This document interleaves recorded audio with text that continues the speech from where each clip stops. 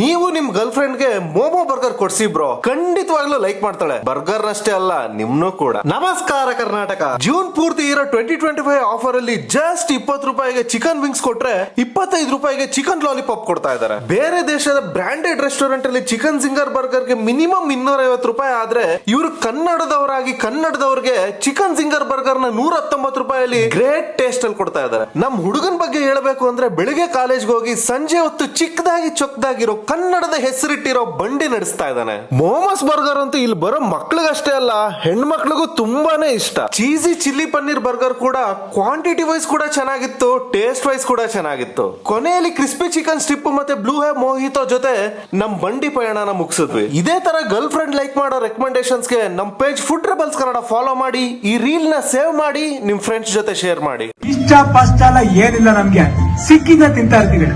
ಉಪವಾಸದ ಅಭ್ಯಾಸ ಇರಲ್ಲ ನಮ್ಗೆ.